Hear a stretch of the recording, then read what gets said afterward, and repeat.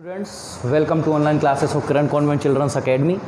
अपनी बात चल रही थी सेल की, और सेल में बात चल रही थी अपनी सेल ऑर्गेनेल्स की। किसकी बात चल रही थी? सेल ऑर्गेनेल्स की।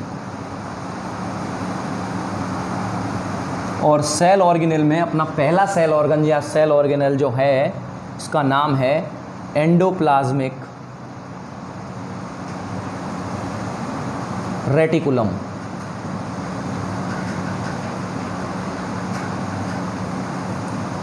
जिसको हम शॉर्ट फॉर्म में E.R. भी कहते हैं।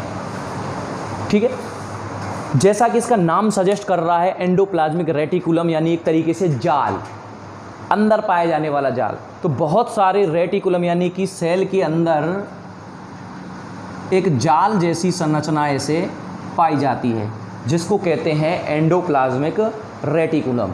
और इसके अंदर मेम्ब्रेन बाउंड, यानी मेम्ब्रेन बाउंड का मतलब मेम्ब्रेन से घिरे हुए बहुत सारे पाए जाते हैं सीट्स।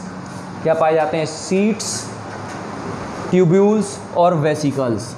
ट्यूब्यूल्स एंड वेसिकल्स पाए जाते हैं किसके अंदर? Endoplasmic reticulum. ये एक तरीके से कंपाउंड मिक्सअप होता है बहुत सारी सीट्स, ट्यूब्यूल्स और वेसिकल्स का, और इनके सभी के अंदर क्या मेम्ब्रेन बाउंड होते हैं, ये मेम्ब्रेनियस पाए जाते हैं। इसका अगर मैं फंक्शन की बात करूं, किसकी बात करूं? फंक्शन तो बहुत हैं, पर एक जो मेन एक मैं बात करूं कि ये जो है वो plasma membrane connect the plasma membrane to nuclear membrane. Plasma membrane को न्यूक्लियर मेम्ब्रेन से कनेक्ट करने का काम करता है कौन? ER यानी एंडोप्लाज्मिक रेटिकुलम। ठीक है, और अगर मैं बात करूं एंडोप्लाज्मिक रेटिकुलम, जैसे कि मान लीजिए एंडोप्लाज्मिक रेटिकुलम है, इसकी मेम्ब्रेन के अगर मैं स्ट्रक्चर की बात करूं तो इसका जो मेम्ब्रेन है और मेम्ब्रेन का जो स्ट्रक्चर है वो सेम होता है, सेम एज प्लाज्मा मेम्ब्रेन। यानी प्लाज्मा मेम्ब्रेन जिन चीज़ों से कंसिस्ट होती है, मिलकर बनी हुई होती है, ऐसा ही कुछ एंडोप्लाज्मिक रेटिकुलम की मेम्ब्रेन के साथ भी होता है। और अगर मैं बात करूं तो ये मेनली तीन ऑर्गन से या फिर एक तरीके से तीन चीज़ों से मिलकर बनी हुई होती है, जिनको आप कह सकते हैं क्रिस्टनी,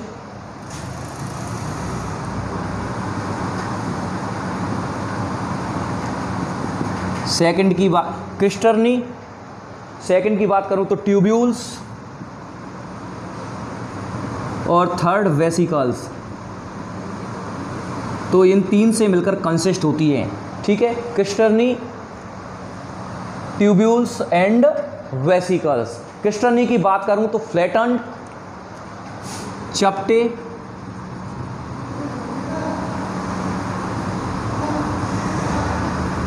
फ्लैटन यानी कि ये चपटे होते हैं, अनब्रांच्ड होते हैं, रेक्टेंगुलर होते हैं। अनब्रांच्ड,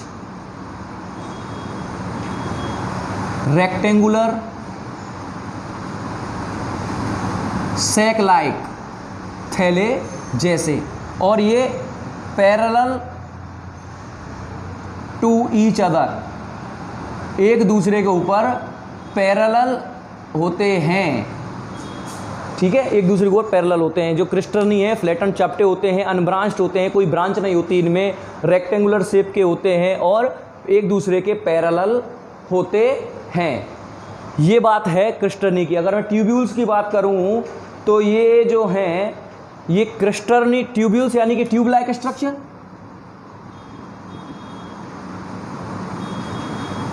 और ये जो हैं वो क्रिस्टर्नी और वेसिकल को आपस में कनेक्ट करने का काम करते हैं। ये ट्यूब्यूल्स, क्रिस्टर्नी और वेसिकल्स है तो तीनों एक ही ऑर्गन या एक ही ऑर्गेनेल के ऑर्गन हैं ये, या पार्ट हैं एक ही ऑर्गेनेल के, जिसका नाम है एंडोप्लाज्मिक रेटिकुलम के पार्ट हैं क्रिस्टर्नी, ट्यूब्यूल और वेसिकल।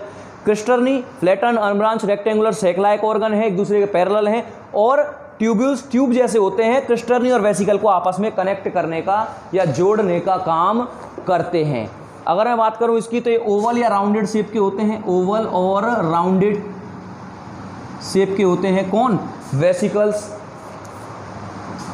और वैक्यूल्स टाइप होते हैं, मतलब एक तरीके से राउंडेड होते हैं तो वैक्यूल्स टाइप होते हैं, जिनको वैक्यूल्स कहते हैं। जैसे अमीबा में था वैक्यूल्स, फूड वैक्यूल बनती है जैसे, ठीक है। तो ये बात हुई इनके पार्ट की। अगर मैं बात करूं एंडोप्लाज्मिक रेटिकुलम के को दो पार्ट में आप डिवाइड कर सकते हैं, या दो तरीके का एंडोप्लाज्मिक रेटिकुलम पाया जाता है। एक होता है RE, एक होता है SER और एक होता है RER। SER यानी स्मूथ एंडोप्लाज्मिक रेटिकुलम, और एक होता है RER यानी रफ एंडोप्लाज्मिक रेटिकुलम, ठीक है। दोनों ही एक दूसरे से डिफरेंट होते हैं, अलग अलग होते हैं। ये बिल्कुल, अगर मैं स्मूथ की बात करूं, नियर द सेल मेम्ब्रेन, ये पाया जाता है नियर द सेल मेम्ब्रेन। और अगर मैं बात करूं स्मूथ की, तो इस पर राइबोसोम एब्सेंट होते हैं, यानी इसकी इस सरफेस पे राइबोसोम नहीं पाए जाते, तो टच करने पर राइबोसोम नहीं लगेंगे, इसलिए इसको स्मूथ कहते हैं। जबकि इसकी अगर मैं बात करूं तो यहाँ राइबोसोम प्रेजेंट होते हैं, पाए जाते हैं, और इन्हीं की वजह से ये रफ होता है, इसीलिए इसको रफ एंडोप्लाज्मिक रेटिकुलम कहते हैं। ये जो है SER की बात करूं तो consist mainly of tubules and vesicles. ये जो है ये consist of tubules and vesicles. ये जो है ट्यूब्यूल्स और वेसिकल्स से मिलकर बना होता है, यानी कि इसमें दो ही पार्ट पाए जाते हैं, ट्यूब्यूल्स और वेसिकल्स। और जो सेकंड वाला था जो अपना क्रिस्टर्नी, इसमें नहीं पाया जाता। और इसकी अगर मैं बात करूं तो ये ओनली क्रिस्टर्नी से मिलकर बना होता है, कंसिस्ट ऑफ क्रिस्टर्नी, ठीक है।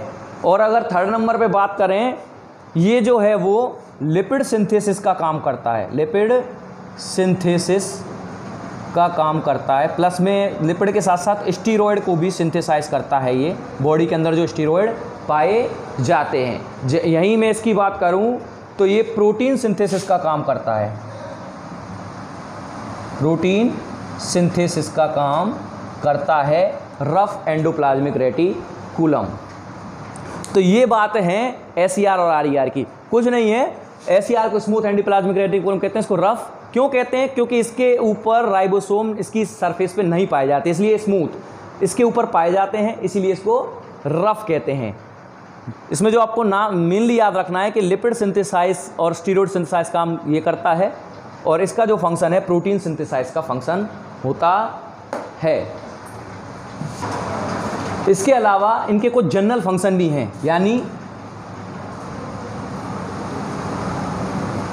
जनरल फंक्शंस मतलब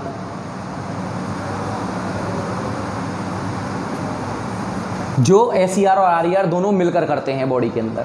एक तो स्ट्रक्चरल फ्रेमवर्क, पहला है स्ट्रक्चरल फ्रेमवर्क, यानी कि सेल को एक स्ट्रक्चर, उसको शेप प्रोवाइड करने का काम करता है, उसको सपोर्ट प्रोवाइड करने का काम करता है एंडोप्लाज्मिक रेटिकुलम, यानी दोनों, ठीक। और अगर बात करें ट्रांसपोर्टेशन, सेकंड है ट्रांसपोर्टेशन, यानी कि बहुत सारे मटेरियल को सेल के अंदर ट्रांसपोर्ट या बाहर ट्रांसपोर्ट करने का काम भी एंडोप्लाज्मिक रेटिकुलम करता है। थर्ड बायोजेनेसिस, या फिर कह सकते हैं मेम्ब्रेन बायोजेनेसिस।